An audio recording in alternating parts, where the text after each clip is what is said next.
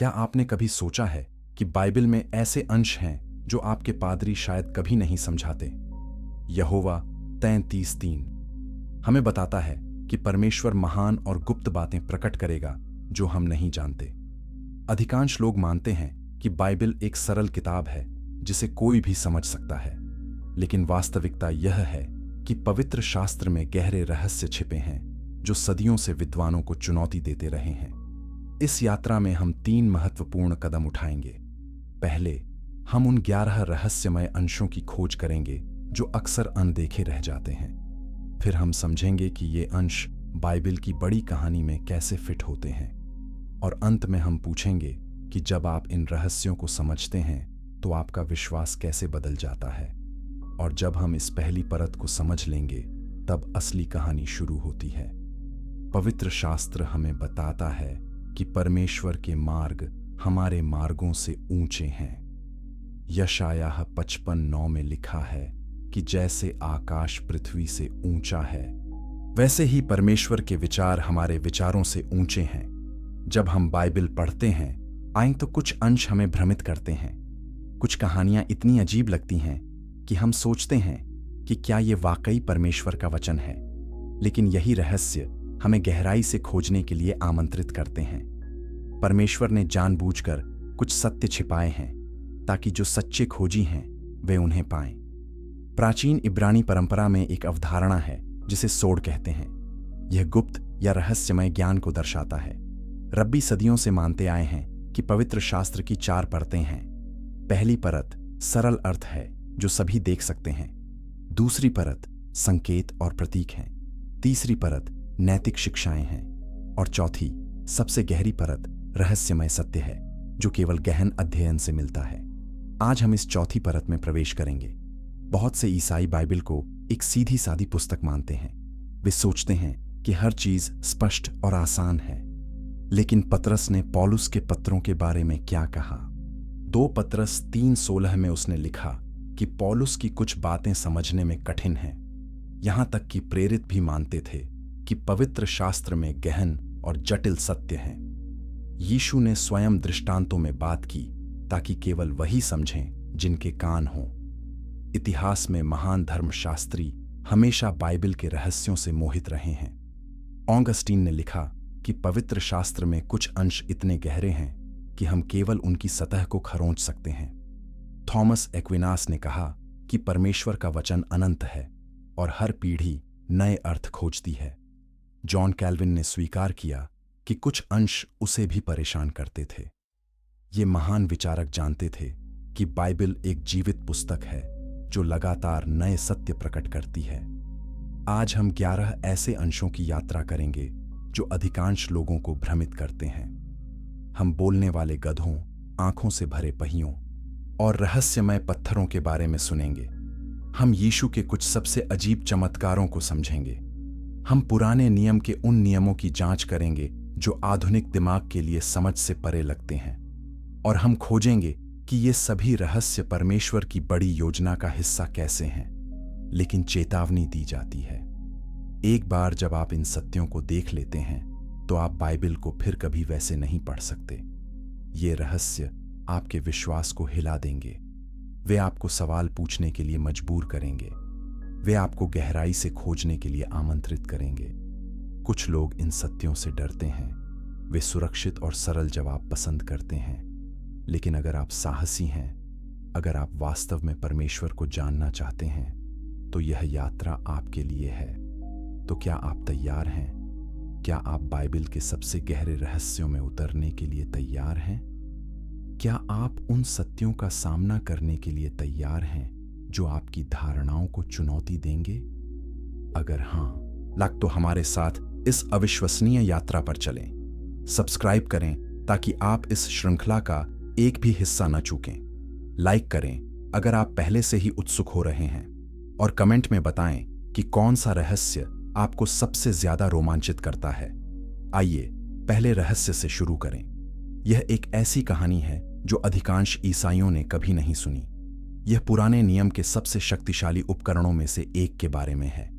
यह उन पत्थरों के बारे में है जो परमेश्वर से सीधे बात कर सकते थे और जो आगे आने वाला है वह आपको चौंका देगा। अध्याय 2, ऊरीम और तुम्मीम। ईश्वर से बात करने के पत्थर। क्या आपने कभी सोचा है कि प्राचीन इज़राइल में लोग परमेश्वर की इच्छा कैसे जानते थे? आज हम प्रार्थना करते हैं और शांति की भावना की प्रतीक्षा करते हैं, लेकिन पुराने नियम में एक और तरीका था। यह तरीका इतना प्रत्यक्ष था कि यह लगभग जादुई लगता है। इसे ऊरीम और तुम्मीम कहा जाता था। ये 2 पत्थर या वस्तुएं थीं जो महायाजक अपने वक्षपत्र में रखता था। निर्गमन 28:30 हमें बताता है कि हारून इन्हें अपने हृदय पर रखेगा जब वह परमेश्वर के सामने आएगा। लेकिन ये पत्थर क्या थे? मैं कोई नहीं जानता। हिब्रू शब्द ऊरीम का अर्थ है रोशनी या प्रकाश। तुम्मीम का अर्थ है पूर्णता या सत्य। कुछ विद्वान मानते हैं कि ये विशेष पत्थर थे जो प्रकाश में चमकते थे। अन्य सोचते हैं कि ये पासे जैसी वस्तुएं थीं जिन्हें फेंका जाता था। फिर भी अन्य मानते हैं कि ये रत्न थे जो अलग अलग रंगों में चमकते थे। सच्चाई यह है कि हम निश्चित रूप से नहीं जानते।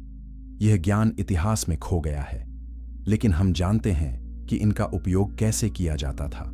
जब इज़राइल के नेताओं को एक महत्वपूर्ण निर्णय लेना होता था, वे महायाजक के पास जाते थे। याजक परमेश्वर से एक प्रश्न पूछता था, फिर किसी तरह ऊरीम और तुम्मीम एक उत्तर देते थे। यह हाँ या ना का जवाब हो सकता था, या शायद यह अधिक जटिल मार्गदर्शन था। एक शमूएल 23:9-12 में हम देखते हैं कि दाऊद ने एपोद लाने को कहा और परमेश्वर से सीधे सवाल पूछे। परमेश्वर ने स्पष्ट उत्तर दिए। यह कितना अद्भुत होगा। कल्पना कीजिए कि आप परमेश्वर से कोई भी प्रश्न पूछ सकते हैं और तुरंत स्पष्ट उत्तर पा सकते हैं। कोई अनुमान नहीं, कोई भ्रम नहीं, सिर्फ सीधा दिव्य मार्गदर्शन। यह इज़राइल के लिए उपलब्ध था। दाऊद ने इसका उपयोग युद्ध के फैसले लेने के लिए किया। उसने पूछा कि क्या उसे हमला करना चाहिए या पीछे हटना चाहिए, और परमेश्वर ने हर बार जवाब दिया। लेकिन यहां रहस्य गहरा हो जाता है।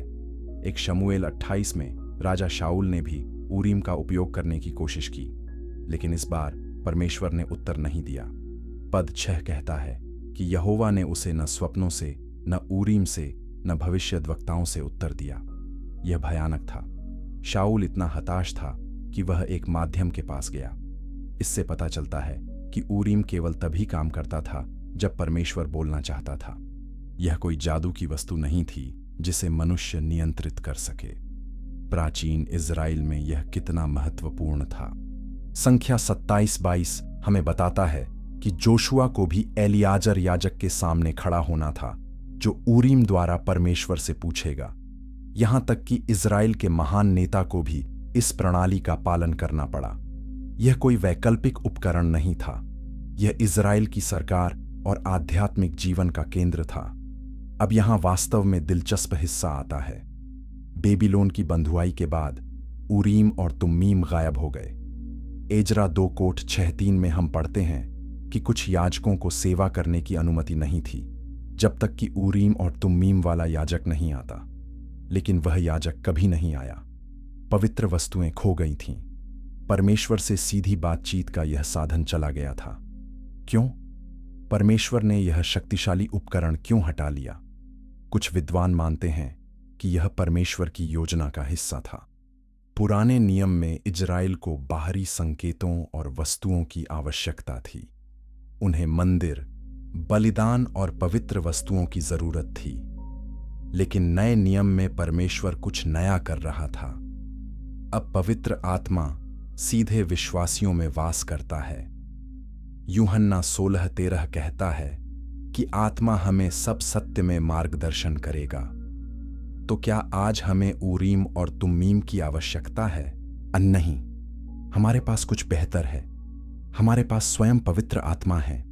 लेकिन यहां सबक है। परमेश्वर उन लोगों से बात करना चाहता है जो उसकी तलाश करते हैं। पुराने नियम में उसने पत्थरों का उपयोग किया। आज वह अपने आत्मा का उपयोग करता है। विधि बदल गई है, लेकिन सिद्धांत वही है। परमेश्वर चाहता है कि हम उसकी इच्छा जानें और उसका पालन करें।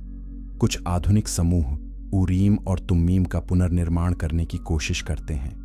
वे विशेष पत्थर या वस्तुएं बनाते हैं, लेकिन यह पूरे बिंदु को भूल जाता है। परमेश्वर ने कभी पत्थरों में शक्ति नहीं डाली, शक्ति हमेशा उसकी थी। पत्थर केवल एक उपकरण थे जिसे वह उस समय और स्थान के लिए चुना। आज हम परमेश्वर की आवाज सुनने के लिए पत्थरों की तलाश नहीं करते।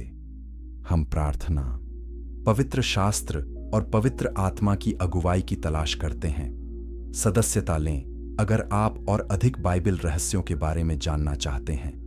कमेंट करें और बताएं कि क्या आपने कभी ऊरीम और तुम्मीम के बारे में सुना था, और शेयर करें यह वीडियो उन लोगों के साथ जो बाइबल के छिपे सत्य सीखना चाहते हैं।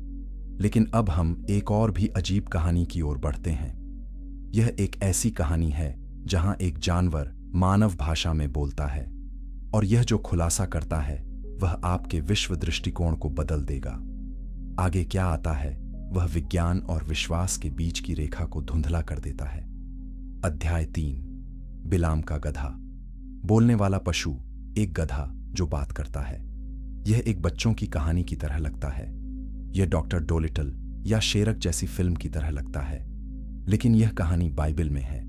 संख्या 22 में हमें बिलाम नामक एक भविष्यद्वक्ता के बारे में बताया गया है जिसका गधा उससे बात करता है, और यह केवल एक दृष्टांत या प्रतीक नहीं है। पाठ इसे एक वास्तविक ऐतिहासिक घटना के रूप में प्रस्तुत करता है। तो हम इसे कैसे समझें? कहानी इस प्रकार शुरू होती है। मोआब के राजा बालाक भयभीत था। इज़राइल की विशाल सेना उसकी भूमि के पास आ रही थी। उसने एक प्रसिद्ध भविष्यद्वक्ता बिलाम को बुलवाया। बालाक चाहता था कि बिलाम इज़राइल को शाप दे। उसने कहा कि जिसे तुम आशीष देते हो वह धन्य होता है, और जिसे तुम शाप देते हो वह शापित होता है। बिलाम की शक्ति प्रसिद्ध थी। लोग मानते थे कि उसके शब्द वास्तविकता को बदल सकते थे। पहले तो बिलाम ने मना कर दिया। परमेश्वर ने उससे कहा कि वह न जाए, लेकिन बालाक ने और अधिक धन और सम्मान की पेशकश की। बिलाम ललचाया। उसने फिर परमेश्वर से पूछा। इस बार परमेश्वर ने उसे जाने की अनुमति दी, लेकिन चेतावनी दी कि वह केवल वही बोले जो परमेश्वर कहे। तो बिलाम अपने गड्ढे पर सवार होकर मोआब की ओर चल पड़ा, लेकिन उसका दिल गलत था। वह धन और महिमा चाहता था। यहीं पर कहानी अजीब हो जाती है। यहोवा का दूत रास्ते में तलवार लेकर खड़ा हो गया, लेकिन बिलाम दूत को नहीं देख सका। केवल गधा उसे देख सकता था। गधा रास्ते से हट गया और खेत में चला गया। बिलाम गुस्से में था। उसने गधे को पीटा और उसे वापस रास्ते पर लाया। फिर दूत फिर से प्रकट हुआ, इस बार एक संकरी जगह पर। गधे ने बिलाम के पैर को दीवार से दबा दिया। बिलाम ने उसे फिर से पीटा। तीसरी बार दूत एक ऐसी जगह पर खड़ा हुआ जहां कोई रास्ता नहीं था। गधा बिल्कुल रुक गया और जमीन पर लेट गया। बिलाम क्रोधित था। उसने गधे को अपनी छड़ी से पीटा, और फिर संख्या 22-28 में कुछ अद्भुत हुआ। यहोवा ने गधे का मुंह खोल दिया और वह बोली। गधे ने पूछा कि मैंने तुम्हारा क्या बिगाड़ा है कि तुमने मुझे 3 बार मारा? बिलाम ने जवाब दिया। उसने गधे से तर्क किया। उसने कहा कि तुमने मुझे मूर्ख बनाया है। अगर मेरे पास तलवार होती तो मैं तुम्हें अभी मार डालता। यह कितना अजीब है। एक आदमी अपने गधे से बहस कर रहा है और यह सामान्य लगता है। बिलाम ने यह भी नहीं पूछा कि गधा अचानक कैसे बात कर रहा है। यह जादू की तरह था जिसने उसके मन को सुन्न कर दिया। गधे ने उत्तर दिया। उसने पूछा कि क्या मैं वही गधा नहीं हूं जिस पर तुम हमेशा से सवार होते आए हो? क्या मैंने कभी तुम्हारे साथ ऐसा किया है? बिलाम को स्वीकार करना पड़ा कि नहीं, गधा हमेशा वफादार रहा था। तब यहोवा ने बिलाम की आंखें खोलीं। अचानक वह दूत को तलवार के साथ देख सका। बिलाम डर गया और झुक गया। दूत ने उसे फटकारा। उसने कहा कि अगर गधा नहीं रुकता तो मैं तुम्हें मार देता। गधे ने बिलाम की जान बचाई। यह कहानी हमें क्या सिखाती है? पहला सबक यह है कि परमेश्वर किसी भी चीज का उपयोग बात करने के लिए कर सकता है। अगर वह एक गधे का उपयोग कर सकता है, तो वह कुछ भी उपयोग कर सकता है। दूसरा सबक यह है कि कभी कभी जानवर मनुष्यों से अधिक आध्यात्मिक रूप से जागरूक होते हैं। गधा दूत को देख सकता था जबकि भविष्यद्वक्ता नहीं देख सकता था। तीसरा सबक यह है कि लालच हमें अंधा बना देता है। बिलाम को परमेश्वर की इच्छा पता थी, लेकिन धन उसे अलग कर गया। लेकिन एक गहरा रहस्य है। 2 पतरस 2:15 से 16 इस कहानी का हवाला देता है। पतरस कहता है कि बिलाम ने गलत रास्ते से प्यार किया और एक गूंगे गधे ने उसे फटकारा। यहां ग्रीक शब्द दिलचस्प है। पतरस कहता है कि गधे ने मानव आवाज में बात की। यह पुष्टि करता है कि यह एक शाब्दिक भौतिक घटना थी। यह केवल एक दर्शन या सपना नहीं था। कुछ आलोचक इस कहानी का मजाक उड़ाते हैं। वे कहते हैं कि यह साबित करता है कि बाइबल विज्ञान विरोधी है। गधे जैविक रूप से बात नहीं कर सकते। उनके पास मानव भाषण के लिए मुखर रज्जू या मस्तिष्क संरचना नहीं है। लेकिन यह पूरे बिंदु को भूल जाता है। यह एक चमत्कार था। परमेश्वर ने प्रकृति के नियमों को तोड़ा ताकि अपनी इच्छा प्रकट कर सके। अगर परमेश्वर ब्रह्मांड बना सकता है तो वह निश्चित रूप से एक गड्ढे से बात करवा सकता है। दिलचस्प बात यह है कि यह बाइबल में एकमात्र बार नहीं है जब एक जानवर बोलता है। उत्पत्ति 3 में सांप हव्वा से बात करता है, लेकिन वहां हम जानते हैं कि शैतान सांप के पीछे था। बिलाम के गधे के साथ यह अलग है। यहां यह सीधे परमेश्वर का काम था। उसने गधे का मुंह खोला। उसने जानवर को बोलने की क्षमता दी। यह दिव्य शक्ति का एक प्रत्यक्ष प्रदर्शन था।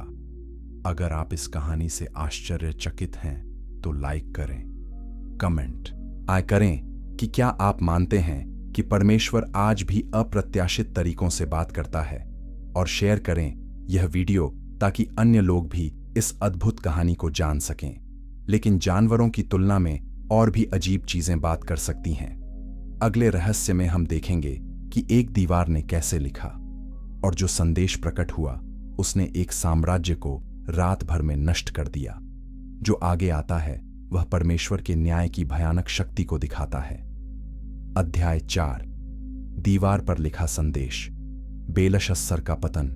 क्या आपने कभी किसी शब्द को सुना है जो आपके जीवन को बदल दे? और कुछ शब्द इतनी शक्ति रखते हैं कि वे राज्यों को गिरा सकते हैं। दानियेल 5 में हम एक ऐसी रात के बारे में पढ़ते हैं जब 4 रहस्यमय शब्द दीवार पर प्रकट हुए, और उस रात बेबीलोन का सबसे शक्तिशाली साम्राज्य गिर गया। यह इतिहास की सबसे नाटकीय घटनाओं में से एक है, और यह हमें परमेश्वर की न्याय की शक्ति के बारे में गहरे सत्य सिखाती है। कहानी बेलशस्सर नामक एक राजा से शुरू होती है। वह बेबीलोन का शासक था। उसके दादा नबूकदनेस्सर ने यरूशलेम के मंदिर को नष्ट किया था और पवित्र बर्तन चुरा लिए थे। अब बेलशस्सर ने एक विशाल दावत का आयोजन किया। उसने 1000 रईसों को बुलाया। उन्होंने पूरी रात दाख मधु पी और मूर्तियों की स्तुति की। लेकिन फिर बेलशस्सर ने कुछ भयानक किया। उसने आदेश दिया कि यरूशलेम के मंदिर के सोने और चांदी के बर्तन लाए जाएं। ये पवित्र बर्तन थे जो केवल परमेश्वर की आराधना के लिए थे। नबूकदनेस्सर ने उन्हें चुरा लिया था, लेकिन कभी उपयोग करने की हिम्मत नहीं की। वह जानता था कि वे खतरनाक थे, लेकिन बेलशस्सर अभिमानी था। उसने सोचा कि वह अपराजेय था। उसने पवित्र बर्तनों में दाख मधु परोसी और सभी ने पी। उन्होंने सोने, चांदी, कांस्य और लकड़ी के देवताओं की स्तुति की। ठीक उसी क्षण कुछ अद्भुत हुआ। दानियेल 5:5 कहता है कि मनुष्य के हाथ की उंगलियां प्रकट हुईं। उन्होंने महल की दीवार पर लिखना शुरू किया। केवल हाथ दिखाई दे रहा था, कोई शरीर नहीं, कोई चेहरा नहीं, सिर्फ उंगलियां छूने पर लिख रही थीं। राजा ने इसे देखा और भयभीत हो गया। पद 6 कहता है कि उसका चेहरा बदल गया। उसके विचार उसे परेशान करने लगे। उसकी कमर ढीली हो गई और उसके घुटने आपस में टकराने लगे। वह इतना डर गया कि वह खड़ा भी नहीं रह सका। बेलशस्सर चिल्लाया कि जादूगरों और ज्योतिषियों को बुलाओ। उसने कहा कि जो कोई इस लेख को पढ़े और इसका अर्थ बताए, उसे बैंगनी वस्त्र पहनाए जाएंगे और सोने की माला दी जाएगी। वह राज्य में तीसरा शासक बन जाएगा। यह एक शानदार पुरस्कार था। बेबीलोन के सभी बुद्धिमान पुरुष आए। उन्होंने दीवार पर देखा, लेकिन कोई भी लेख नहीं पढ़ सका, कोई भी अर्थ नहीं समझ सका। राजा और भी अधिक व्याकुल हो गया। तब रानी ऐन ने दानियेल के बारे में सुना। उसने बेलशस्सर को बताया कि नबूकदनेस्सर के समय में एक व्यक्ति था जिसमें देवताओं की आत्मा थी। यह व्यक्ति सभी रहस्यों की व्याख्या कर सकता था। उसका नाम दानियेल था। तो दानियेल को बुलवाया गया। बेलशस्सर ने उसे वहीं पुरस्कार की पेशकश की, लेकिन दानियेल ने कहा कि अपने उपहार अपने पास रखो, फिर भी मैं राजा के लिए लेख पढ़ूंगा और अर्थ बताऊंगा। पहले दानियेल ने बेलशस्सर को फटकारा। उसने याद दिलाया कि परमेश्वर ने नबूकदनेस्सर को राज्य और महिमा दी थी, लेकिन जब नबूकदनेस्सर घमंडी हो गया तो परमेश्वर ने उसे नीचा दिखाया। उसने उसे पागल बना दिया जब तक वह यह नहीं सीख गया कि परमेश्वर सर्वोच्च है। दानियेल ने कहा कि बेलशस्सर ने यह सब जाना, लेकिन फिर भी अपने आप को विनम्र नहीं किया। इसके बजाय उसने स्वर्ग के प्रभु के विरुद्ध अपने आप को ऊंचा किया। उसने पवित्र बर्तनों का अपमान किया और मूर्तियों की स्तुति की। फिर दानियेल ने लेख पढ़ा। वो 4 शब्द थे, मैंने तकेल उपारसीन। ये अरामाइक शब्द थे जो माप की इकाइयों की तरह लगते थे, लेकिन दानियेल ने उनके छिपे अर्थ को समझाया। मैंने का अर्थ है गिना। परमेश्वर ने बेलशस्सर के राज्य को गिन लिया है और इसे समाप्त कर दिया है। तकेल का अर्थ है तौला। राजा को तराजू में तौला गया है और हल्का पाया गया है। उपारसीन का अर्थ है विभाजित। राज्य विभाजित किया जाएगा और मादियों और फारसियों को दिया जाएगा। यह एक मृत्यु वाक्य था। परमेश्वर ने बेलशस्सर का न्याय किया था और उसे दोषी पाया था। राजा ने दानियेल को पुरस्कृत किया जैसा वादा किया था, लेकिन उस रात ही दानियेल 5:30 कहता है कि बेलशस्सर कसदियों का राजा मारा गया। फारसी सेना ने बेबीलोन पर हमला किया। उन्होंने शहर में प्रवेश किया और राजा को मार डाला। परमेश्वर का वचन उसी रात पूरा हुआ। सबसे शक्तिशाली साम्राज्य एक रात में गिर गया। यह कहानी हमें 3 गहरे सत्य सिखाती है। पहला, परमेश्वर पवित्र चीजों का अपमान देखता है। बेलशस्सर ने सोचा कि वह पवित्र बर्तनों के साथ खेल सकता है, लेकिन परमेश्वर तुरंत न्याय लेकर आया। दूसरा, घमंड विनाश की ओर ले जाता है। बेलशस्सर को अपने दादा के उदाहरण से सीखना चाहिए था, लेकिन उसने अभिमान को चुना। तीसरा, परमेश्वर का वचन निश्चित है। जो दीवार पर लिखा था वह उसी रात पूरा हुआ। लाइक करें अगर यह कहानी आपको सिखाती है कि परमेश्वर से नहीं खिलवाड़ करना चाहिए। कमेंट करें कि क्या आप मानते हैं कि परमेश्वर आज भी घमंडी लोगों का न्याय करता है। सब्सक्राइब करें ताकि आप अगला रहस्य न चूकें जो और भी रहस्यमय है, क्योंकि अब हम पुराने नियम के एक ऐसे नियम की ओर बढ़ते हैं जो कोई समझ नहीं पाता। यह इतना विशिष्ट और अजीब है कि विद्वान हजारों वर्षों से बहस कर रहे हैं, और जो हम खोजने वाले हैं वह आपके मन को चकित कर देगा। अध्याय 5, बकरी के दूध में उसका बच्चा। रहस्यमय नियम। पुराने नियम में सैकड़ों नियम हैं। कुछ समझ में आते हैं, हत्या मत करो, चोरी मत करो, ये स्पष्ट हैं। लेकिन फिर कुछ नियम हैं जो पूरी तरह से रहस्यमय हैं। निर्गमन 23:19 में एक आदेश है जो 3 बार दोहराया जाता है। यह कहता है कि तू बकरी के बच्चे को उसकी मां के दूध में न पकाना। यह इतना विशिष्ट है। यह 3 बार और दोहराया गया है। लेकिन इसका क्या मतलब है? परमेश्वर को इस बात की इतनी परवाह क्यों थी कि इसे 3 बार कहना पड़ा? पहले आइए देखें कि यह नियम कहां दिखाई देता है। निर्गमन 23:19 में यह कटनी के नियमों के संदर्भ में आता है। निर्गमन 34:26 में यह फसह के नियमों के साथ है। व्यवस्था विवरण 14:21 में यह भोजन के नियमों में है। हर बार यह महत्वपूर्ण धार्मिक संदर्भों में प्रकट होता है। यह केवल एक खाना पकाने का सुझाव नहीं है, यह एक गंभीर आध्यात्मिक आदेश है। तो क्या यह प्रतीकात्मक है? क्या यह एक बड़े सत्य की ओर इशारा करता है, या क्या यह शाब्दिक है? क्या परमेश्वर वास्तव में परवाह करता है कि आप बकरी के मांस को दूध में कैसे पकाते हैं? अन्य विद्वानों के पास कई सिद्धांत हैं। पहला सिद्धांत मूर्ति पूजा के बारे में है। कुछ पुरातत्वविदों का मानना है कि प्राचीन कनानी लोगों की एक धार्मिक रस्म थी। वे बकरी के बच्चे को मां के दूध में पकाते थे और इसे अपने देवताओं को चढ़ाते थे। वे मानते थे कि यह उनकी भूमि को उपजाऊ बनाएगा। अगर यह सच है तो परमेश्वर का नियम स्पष्ट है। इज़राइल को मूर्ति पूजकों की नकल नहीं करनी चाहिए, लेकिन सबूत कमजोर है। हमारे पास कोई स्पष्ट पुरातात्विक प्रमाण नहीं है कि कनानियों ने वास्तव में ऐसा किया। कुछ प्राचीन ग्रंथों में उल्लेख हैं जो इस प्रथा की ओर इशारा कर सकते हैं, लेकिन यह निश्चित नहीं है, तो हमें अन्य व्याख्याओं पर विचार करना चाहिए। दूसरा सिद्धांत करुणा के बारे में है। यह विचार है कि मां का दूध जीवन देने के लिए है। यह बच्चे को पोषित और मजबूत बनाता है, लेकिन उसी दूध का उपयोग बच्चे को पकाने के लिए करना क्रूर है। यह जीवन को मृत्यु में बदल देता है। यह प्रकृति की व्यवस्था को उलट देता है। परमेश्वर अपने लोगों को जीवन का सम्मान करना सिखा रहा है। वह उन्हें करुणा और कोमलता दिखाना सिखा रहा है। यह व्याख्या सुंदर है। यह अन्य बाइबल नियमों के साथ फिट बैठती है। उदाहरण के लिए व्यवस्था विवरण 22:6-7 कहता है कि अगर तुम एक पक्षी का घोंसला पाओ तो मां को बच्चों के साथ मत लो, मां को जाने दो और केवल बच्चे लो। यह भी करुणा के बारे में है। यह जानवरों के प्रति सम्मान दिखाने के बारे में है। तीसरा सिद्धांत अलगाव के बारे में है।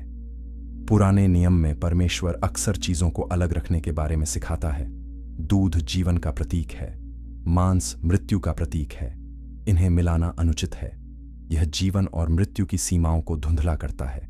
परमेश्वर चाहता है कि इज़राइल श्रेणियों को स्पष्ट रखे, पवित्र और अपवित्र, जीवन और मृत्यु, अच्छा और बुरा, सब कुछ अपनी जगह पर होना चाहिए। यहूदी परंपरा ने इस नियम को बहुत गंभीरता से लिया है। रब्बियों ने इसके चारों ओर विस्तृत नियम बनाए। आज यहूदी कोशर कानून मांस और दूध को पूरी तरह से अलग रखते हैं। आप चीज बर्गर नहीं खा सकते। आप मांस के बाद दूध नहीं पी सकते। आपके पास मांस और दूध के लिए अलग बर्तन होने चाहिए। यह सब इस एक नियम से आया। एक छोटा सा आदेश पूरी जीवन शैली में विस्तारित हो गया। लेकिन क्या यीशु ने इस नियम को बदल दिया? नए नियम में यीशु ने घोषणा की कि सभी भोजन स्वच्छ हैं। मरकुस 7:19 कहता है कि यीशु ने सभी भोजनों को शुद्ध घोषित किया। प्रेरितों के काम 10 में पतरस को एक दर्शन मिलता है। एक चादर आकाश से उतरती है जिसमें सभी प्रकार के जानवर हैं। परमेश्वर कहता है कि उठो, मार और खा।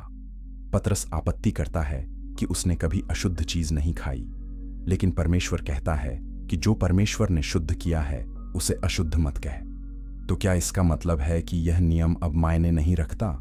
बहुत से ईसाई ऐसा सोचते हैं। वे कहते हैं कि हम पुराने नियम के भोजन कानूनों के अधीन नहीं हैं, हम मसीह में नई वाचा के अधीन हैं। लेकिन यह पूरे सबक को भूल जाता है। भले ही हमें शाब्दिक नियम का पालन करने की आवश्यकता नहीं है, फिर भी हम सिद्धांत सीख सकते हैं। परमेश्वर करुणा, सम्मान और पवित्रता की परवाह करता है। ये सत्य कभी नहीं बदलते। शेयर करें यह वीडियो उन लोगों के साथ जो पुराने नियम के नियमों के पीछे के अर्थ को समझना चाहते हैं। कमेंट करें कि आप किस व्याख्या को सबसे अधिक मानते हैं और सदस्यता लें, क्योंकि अगला रहस्य और भी अधिक रहस्यमय है। अब हम मूसा की सबसे अजीब मुलाकातों में से एक की ओर बढ़ते हैं। यह एक ऐसा अनुभव था जो किसी और को कभी नहीं मिला, और जो खुलासा होता है वह परमेश्वर की प्रकृति की हमारी समझ को बदल देता है। अध्याय 6, मूसा और परमेश्वर की पीठ, दिव्य दर्शन। मूसा परमेश्वर के सबसे करीब था। वह परमेश्वर से आमने सामने बात करता था। निर्गमन 33:11 कहता है कि यहोवा मूसा से ऐसे बातें करता था जैसे कोई अपने मित्र से करता है। लेकिन एक दिन मूसा ने कुछ साहसिक मांगा। उसने कहा, परमेश्वर, मुझे अपनी महिमा दिखा। मूसा पूरे परमेश्वर को देखना चाहता था। वह परमेश्वर की वास्तविक उपस्थिति का अनुभव करना चाहता था। और परमेश्वर ने उसे कुछ दिया, लेकिन पूर्ण दर्शन नहीं। उसने मूसा को अपनी पीठ दिखाई। यह कितना अजीब है।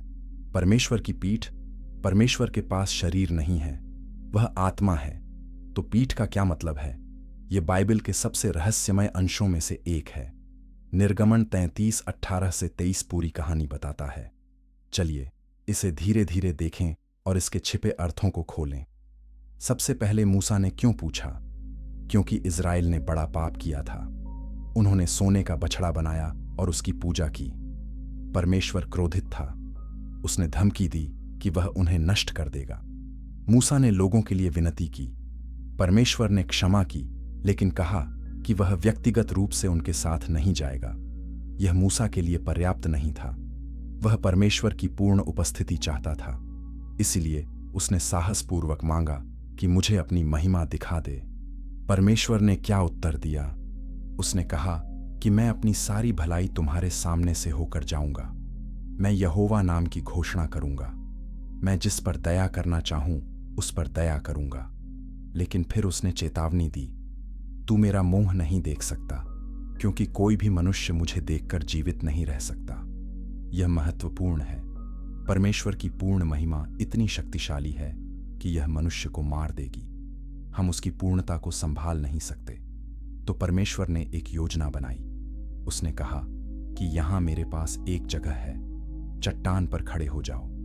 जब मेरी महिमा गुजरेगी तो मैं तुम्हें चट्टान की दरार में रखूंगा। मैं अपने हाथ से तुम्हें ढांप लूंगा जब तक मैं गुजर न जाऊं। फिर मैं अपना हाथ हटा लूंगा और तुम मेरी पीठ देखोगे, लेकिन मेरा चेहरा दिखाई नहीं देगा। यह एक अद्भुत दृश्य है। परमेश्वर मूसा को बचाने के लिए अपने हाथ का उपयोग करता है। वह उसे अपनी शक्ति से ढांपता है ताकि मूसा जीवित रह सके। लेकिन पीठ का क्या मतलब है? ओ हिब्रू शब्द एचोर है। इसका अर्थ पीछे या बाद का हिस्सा हो सकता है। कुछ विद्वान इसका अनुवाद परमेश्वर का अवशेष के रूप में करते हैं, जैसे जब एक उज्ज्वल प्रकाश गुजरता है और आप अभी भी चमक देखते हैं। अन्य कहते हैं कि यह परमेश्वर का प्रभाव है, जैसे जब कोई कमरे से निकलता है और आप उनकी उपस्थिति को महसूस करते हैं। फिर भी अन्य मानते हैं कि यह परमेश्वर के कार्यों को दर्शाता है, न कि उसके सार को। हम परमेश्वर के किए गए कार्यों को देख सकते हैं, लेकिन हम उसे सीधे नहीं देख सकते। यहूदी रहस्यवादियों ने इस अंश पर सदियों तक ध्यान किया है। उन्होंने कई परतें पाई हैं। एक व्याख्या यह है कि मूसा ने परमेश्वर की योजना देखी, लेकिन परमेश्वर के सार को नहीं। उसने देखा कि परमेश्वर इतिहास में कैसे काम करता है, लेकिन परमेश्वर स्वयं क्या है यह नहीं समझा। दूसरी व्याख्या यह है कि मूसा ने परमेश्वर की दया और अनुग्रह देखा, लेकिन परमेश्वर की शक्ति और न्याय की पूर्णता नहीं देखी। परमेश्वर ने अपनी भलाई दिखाई, लेकिन अपनी संपूर्ण महिमा को छिपाया। ईसाई व्याख्याओं में कुछ लोग इसे यीशु से जोड़ते हैं। वे कहते हैं कि मूसा परमेश्वर के चेहरे को नहीं देख सकता था, क्योंकि वह समय अभी नहीं आया था। लेकिन जब यीशु आया तो वह परमेश्वर का चेहरा बन गया। यूहन्ना 1:18 कहता है कि किसी ने कभी परमेश्वर को नहीं देखा, लेकिन एकलौता पुत्र जो पिता की गोद में है उसने उसे प्रकट किया। यूहन्ना 14:9 में यीशु कहता है कि जिसने मुझे देखा है उसने पिता को देखा है। तो शायद मूसा ने केवल परमेश्वर की एक झलक देखी, लेकिन यीशु में हम पूर्ण प्रकाशन देखते हैं। यह अनुभव मूसा को कैसे बदल गया? निर्गमन 34 हमें बताता है कि जब मूसा पर्वत से नीचे आया तो उसका चेहरा चमक रहा था। वह इतना उज्ज्वल था कि लोग उसे देख नहीं सकते थे। मूसा को अपने चेहरे पर पर्दा डालना पड़ा। यहां तक कि परमेश्वर की पीठ की एक झलक भी मूसा को बदल गई। यह उसे परमेश्वर की महिमा से भर गया। यह दिखाता है कि परमेश्वर के साथ एक छोटा सा अनुभव भी जीवन बदल देने वाला है। 2 कुरिन्थियों 3 में पौलुस इस कहानी को संदर्भित करता है। वह कहता है कि मूसा की महिमा फीकी पड़ रही थी, लेकिन नई वाचा में हमारी महिमा बढ़ती है। अब हम सभी खुले चेहरे से प्रभु की महिमा को दर्पण की तरह देखते हैं और हम महिमा से महिमा में बदले जा रहे हैं। पौलुस कहता है कि मूसा के पास जो था हम उससे बेहतर चीज है। हम पवित्र आत्मा के माध्यम से परमेश्वर को देख सकते हैं। लेकिन यहां गहरा रहस्य है। क्यों परमेश्वर अपना चेहरा नहीं दिखा सकता? क्या वह सिर्फ बहुत उज्ज्वल है या इसके पीछे कुछ और है? कुछ धर्मशास्त्री कहते हैं कि समस्या यह है कि परमेश्वर पूरी तरह से पवित्र है। पाप में मनुष्य शुद्ध पवित्रता को संभाल नहीं सकता। यह हमें नष्ट कर देगा। जब तक हम पूरी तरह से छुड़ाए और महिमामय नहीं हो जाते, तब तक हम परमेश्वर को पूर्ण रूप से नहीं देख सकते। 1 यूहन्ना 3:2 कहता है कि जब वह प्रकट होगा तो हम उसके समान होंगे, क्योंकि हम उसे वैसा ही देखेंगे जैसा वह है। अभी हमें प्रतीक्षा करनी चाहिए। लाइक करें अगर यह रहस्य आपको परमेश्वर की महिमा के बारे में सोचने पर मजबूर करता है। शेयर करें यह वीडियो ताकि अन्य लोग भी मूसा के अविश्वसनीय अनुभव के बारे में जान सकें। और सब्सक्राइब करें, क्योंकि आगे हम नए नियम में जा रहे हैं जहां यीशु कुछ करता है जो पुराने नियम का खंडन करता प्रतीत होता है। अगली कहानी में यीशु एक ऐसी स्त्री से मिलता है जिसे मार डाला जाना चाहिए था, लेकिन वह करुणा दिखाता है, और यह घटना हमें दिव्य न्याय और दया के बारे में गहरा सत्य सिखाती है। अध्याय 7 यीशु और व्यभिचारिणी स्त्री। करुणा का पाठ यूहन्ना 8 में सबसे शक्तिशाली कहानियों में से एक है। यह यीशु को एक ऐसी स्थिति में दिखाता है जहां धर्म और अनुग्रह टकराते हैं। शास्त्री और फरीसी एक स्त्री को लाते हैं। उन्होंने उसे व्यभिचार में पकड़ा था। उन्होंने उसे यीशु के सामने खड़ा किया और कहा कि मूसा की व्यवस्था कहती है कि ऐसी स्त्री को पत्थरवाह करना चाहिए। तू क्या कहता है? यह एक जाल था। अगर यीशु ने कहा हां, तो वह अपने अनुग्रह के संदेश को नकार देगा। अगर उसने कहा नहीं, तो वह मूसा की व्यवस्था का विरोध करेगा। यीशु ने क्या किया? सबसे पहले उसने नीचे झुककर जमीन पर उंगली से लिखना शुरू किया। यह दिलचस्प है। बाइबल नहीं बताती कि उसने क्या लिखा। सदियों से लोग अनुमान लगाते रहे हैं। कुछ लोग सोचते हैं कि उसने आरोप लगाने वालों के पापों को लिखा। अन्य मानते हैं कि उसने यिर्मयाह 17:13 की आयत लिखी, जो कहती है कि जो यहोवा को त्यागते हैं उनके नाम धूल में लिखे जाएंगे। फिर भी अन्य कहते हैं कि उसने 10 आज्ञाओं को लिखा।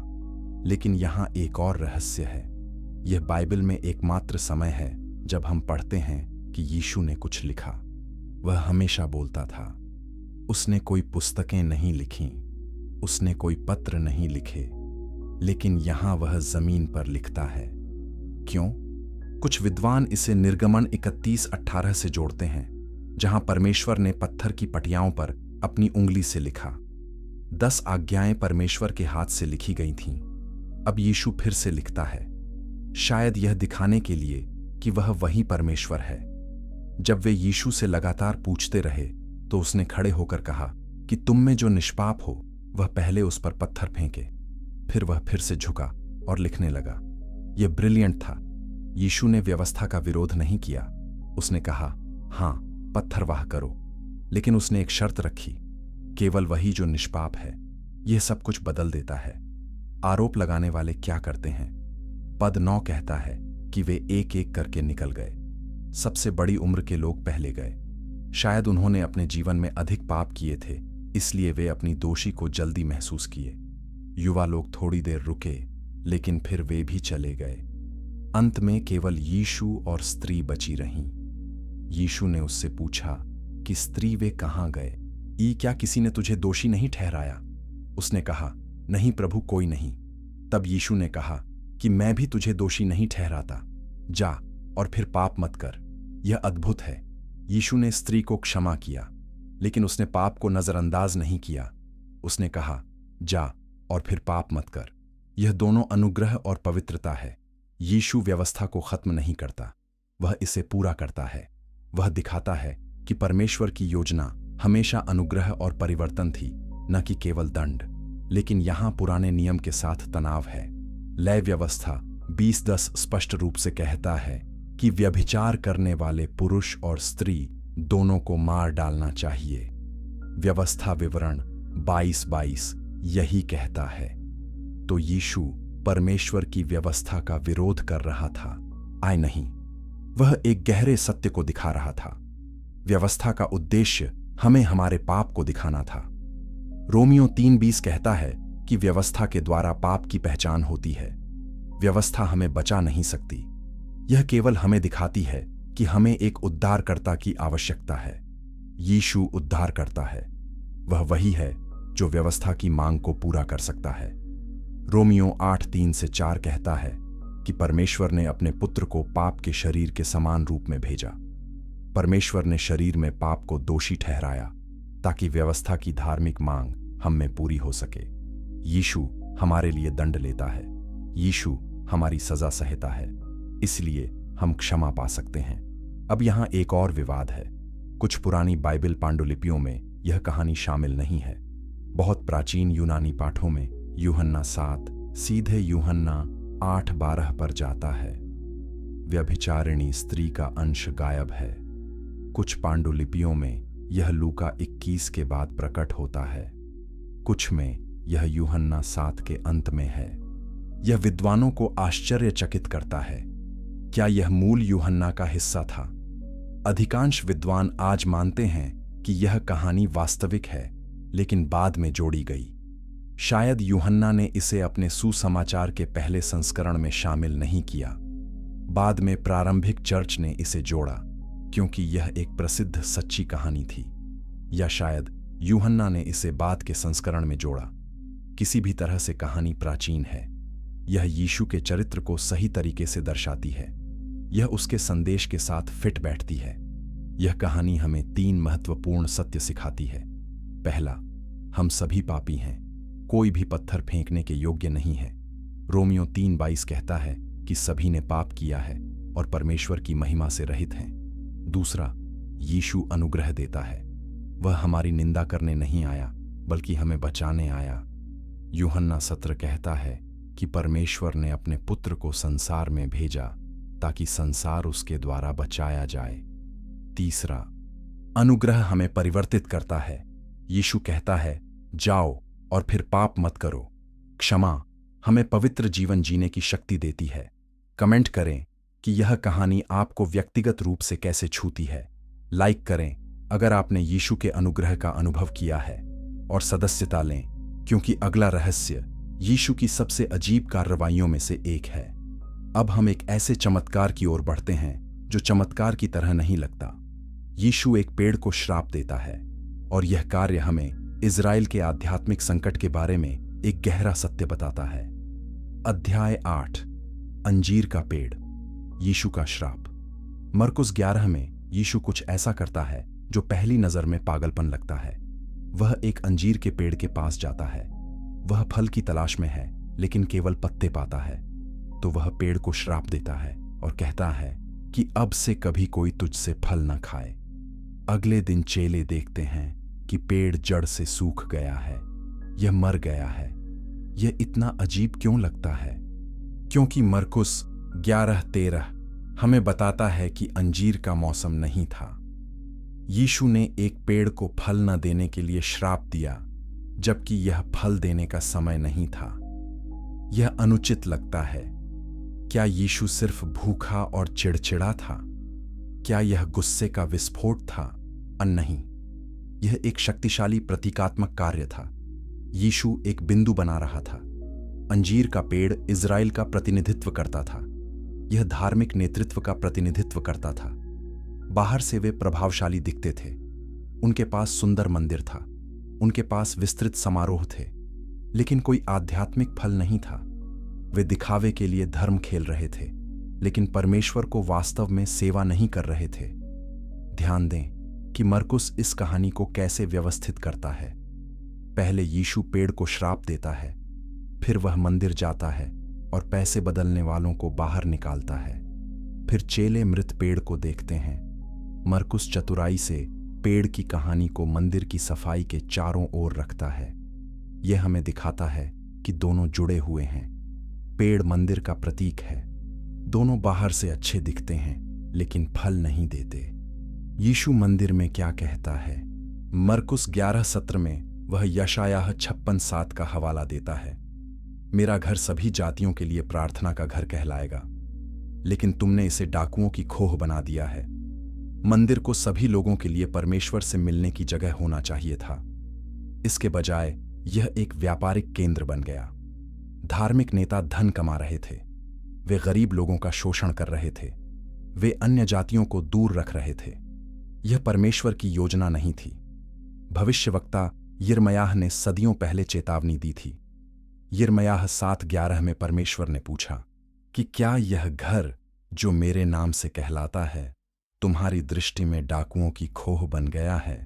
यिर्मयाह के दिनों में लोग सोचते थे कि मंदिर उन्हें सुरक्षित रखेगा। वे पाप कर सकते थे, फिर मंदिर में भाग सकते थे और सुरक्षित महसूस कर सकते थे। लेकिन परमेश्वर ने कहा कि यह काम नहीं करता।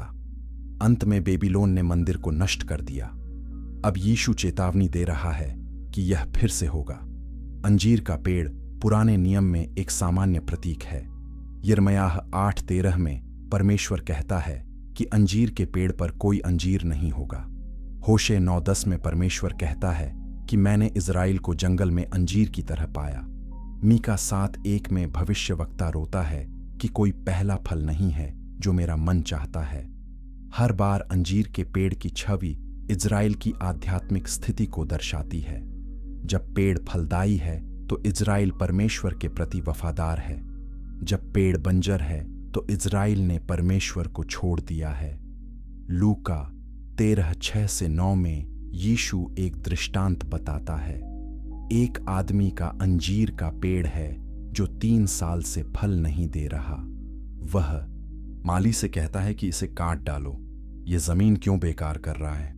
लेकिन माली कहता है कि मुझे इसे 1 और साल देने दो, मैं इसके चारों ओर खोदूंगा और खाद डालूंगा।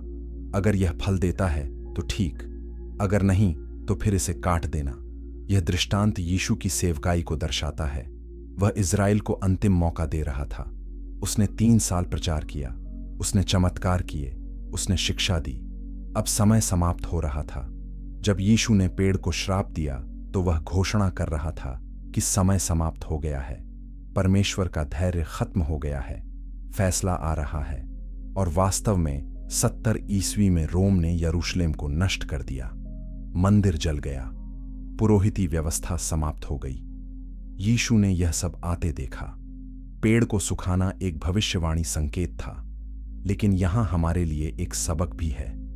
यीशु केवल इज़राइल के बारे में बात नहीं कर रहा था, वह किसी भी धार्मिक व्यवस्था के बारे में बात कर रहा है जो फल नहीं देती। वह किसी भी व्यक्ति के बारे में बात कर रहा है जो धार्मिक दिखता है लेकिन परमेश्वर से नहीं जुड़ा है। हम सभी जोखिम में हैं। हम चर्च जा सकते हैं, हम बाइबल पढ़ सकते हैं, हम प्रार्थना कर सकते हैं, लेकिन अगर हमारे जीवन में कोई फल नहीं है तो यह सब बेकार है। फल क्या है जिसे परमेश्वर खोजता है? गलातियों 5:22-23 हमें बताता है, आत्मा का फल प्रेम, आनंद, शांति, धैर्य, दयालुता, भलाई, विश्वास योग्यता, नम्रता और आत्मनियंत्रण है। यह वह है जो परमेश्वर हम में देखना चाहता है। यीशु ने यूहन्ना 15:5 में कहा कि मैं दाखलता हूं और तुम डालियां हो। जो मुझ में बना रहता है और मैं उसमें, वह बहुत फल लाता है। हमें यीशु से जुड़े रहना चाहिए, तभी हम फल ला सकते हैं। शेयर करें यह संदेश उन लोगों के साथ जिन्हें आध्यात्मिक फल के बारे में सुनने की आवश्यकता है। कमेंट करें कि आप अपने जीवन में क्या फल देख रहे हैं और सब्सक्राइब करें, क्योंकि अगला रहस्य और भी अधिक भयावह है। अब हम नए नियम की सबसे डरावनी अवधारणाओं में से एक की ओर बढ़ते हैं। यह मृत्यु से परे की मृत्यु है। यह दूसरी मृत्यु है, और जो आगे आता है वह अनंत काल के बारे में आपके विचार को बदल देगा। अध्याय 9, दूसरी मृत्यु। नरक के बाद क्या अधिकांश लोग सोचते हैं कि मृत्यु अंत है? या अगर आप विश्वासी हैं तो आप जानते हैं कि स्वर्ग या नरक आता है। लेकिन बाइबल कुछ और भी बोलती है।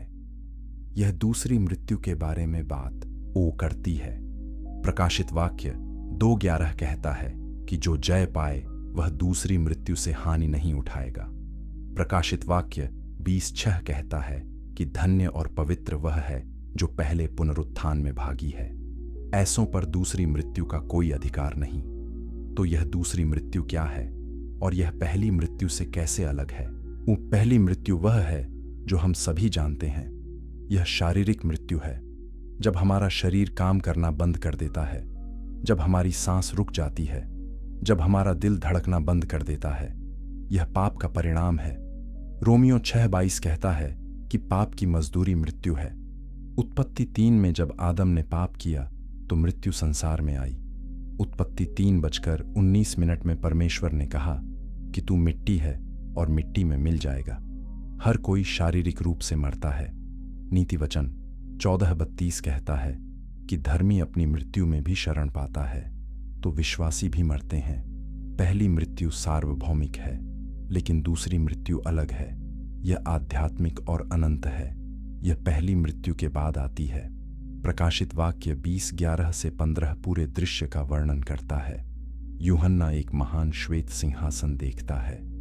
परमेश्वर उस पर बैठा है। सभी मृतक उसके सामने खड़े हैं। पुस्तकें खोली जाती हैं। एक और पुस्तक खोली जाती है जो जीवन की पुस्तक है। मृतकों का न्याय उनके कामों के अनुसार किया जाता है। फिर पद 14 कहता है कि मृत्यु और अधोलोक को आग की झील में डाल दिया गया। यह दूसरी मृत्यु है। और पद 15 कहता है कि जिसका नाम जीवन की पुस्तक में लिखा नहीं मिला, उसे आग की झील में डाल दिया गया। आग की झील यह बाइबिल की सबसे भयावह छवियों में से एक है। प्रकाशित वाक्य 19:20 इसे आग और गंधक की झील के रूप में वर्णित करता है।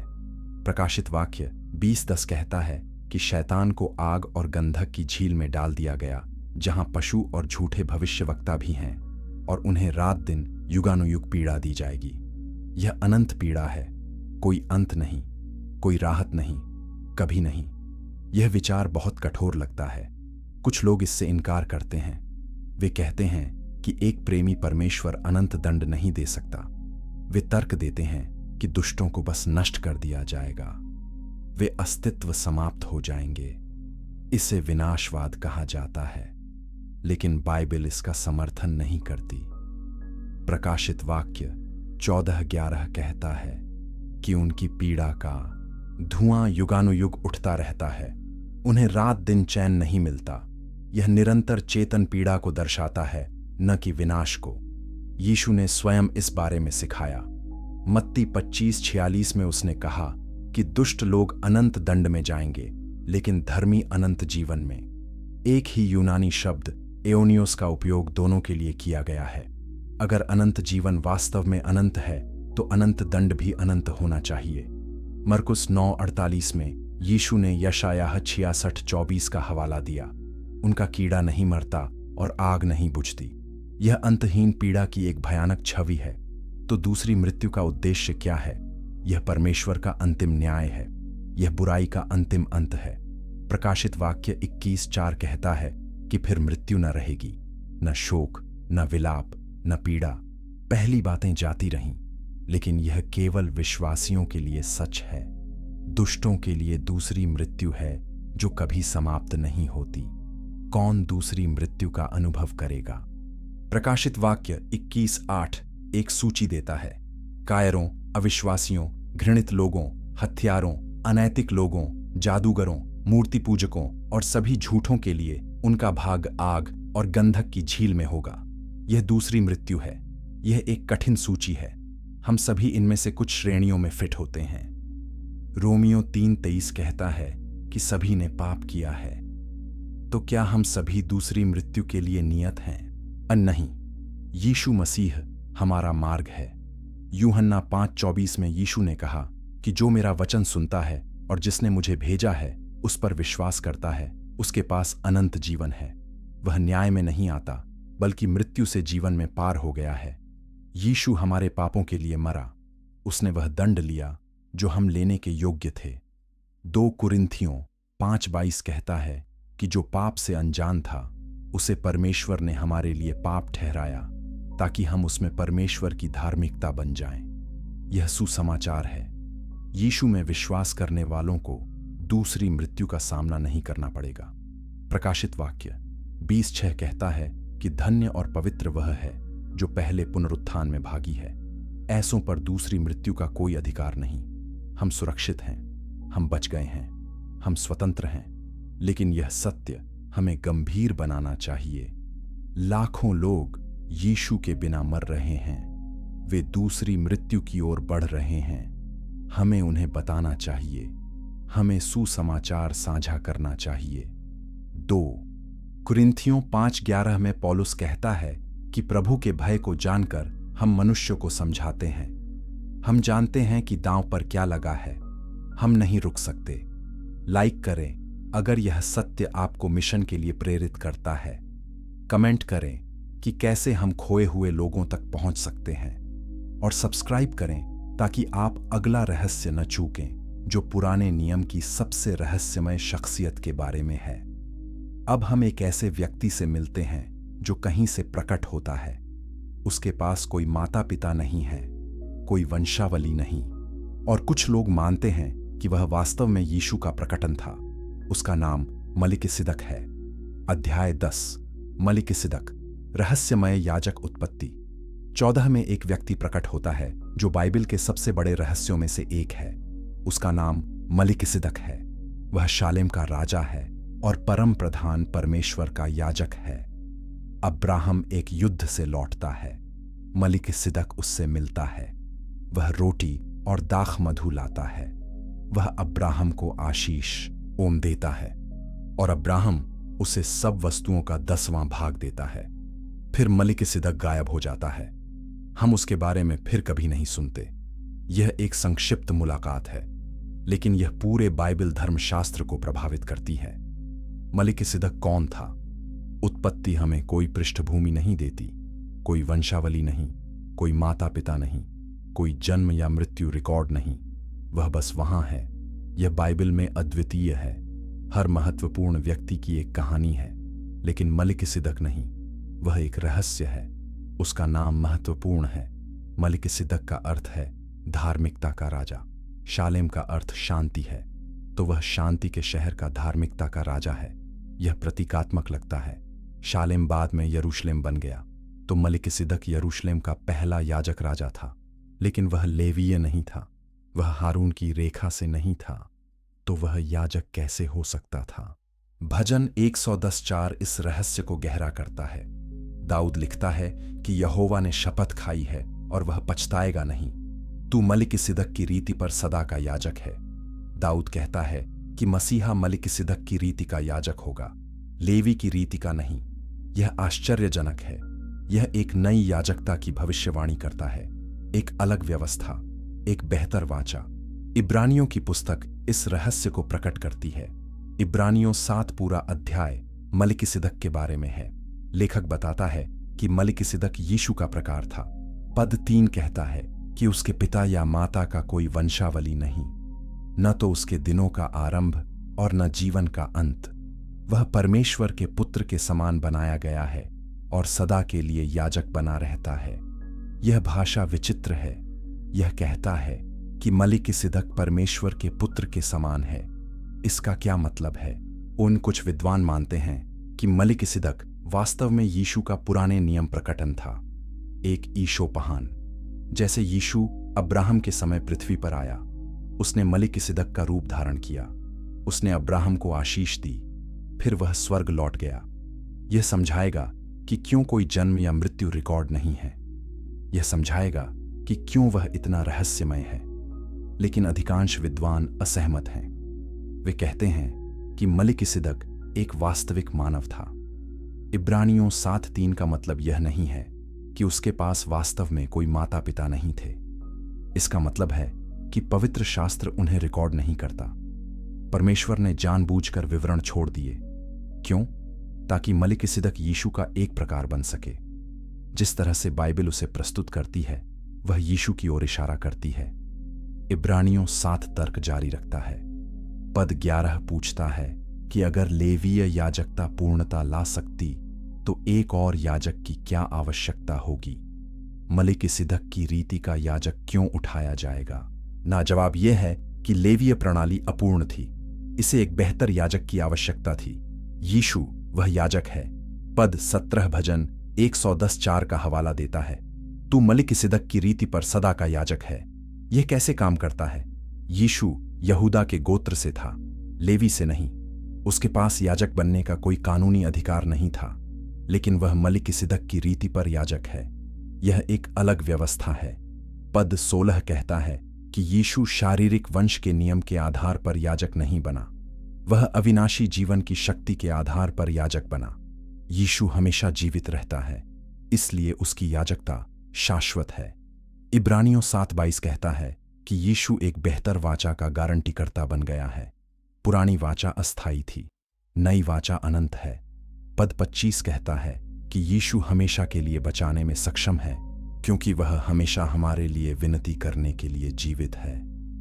लेवीय याजक मर गए, उन्हें बदलना पड़ा, लेकिन यीशु कभी नहीं मरता। वह हमेशा हमारा याजक है। तो मलिकिसिदक का महत्व क्या है? वह हमें दिखाता है कि परमेश्वर की योजना हमेशा लेवीय प्रणाली से परे थी। परमेश्वर हमेशा एक सही याजक चाहता था, कोई ऐसा जो धार्मिकता और शांति दोनों लाए, कोई ऐसा जो हमेशा के लिए जीवित रहे। मलिकिसिदक उस आने वाले याजक की एक झलक थी। वह यीशु का एक पूर्वाभास था। यह हमें यह भी दिखाता है कि परमेश्वर इतिहास से पहले योजना बनाता है। मलिकिसिदक अब्राहम के समय में प्रकट हुआ। यह मूसा और व्यवस्था से सदियों पहले था। यह दिखाता है कि परमेश्वर की योजना व्यवस्था से पुरानी है। अनुग्रह व्यवस्था से पहले आया और अनुग्रह व्यवस्था को बदल देता है। शेयर करें यह गहरा सत्य उन लोगों के साथ जो धर्मशास्त्र से प्यार करते हैं। कमेंट करें कि आप मलिकिसिदक के रहस्य को कैसे समझते हैं, और सब्सक्राइब करें क्योंकि अंतिम रहस्य सबसे विचित्र है। अब हम बाइबल के कुछ सबसे अजीब प्राणियों की ओर बढ़ते हैं। आंखों से भरे पहिए, विशाल जानवर, रहस्यमय राक्षस, ये क्या हैं और वे परमेश्वर की शक्ति के बारे में क्या बताते हैं? आइए इस अंतिम रहस्य में गोता लगाएं। अध्याय 11, लिव्यातान, बहेमोथ और रीम।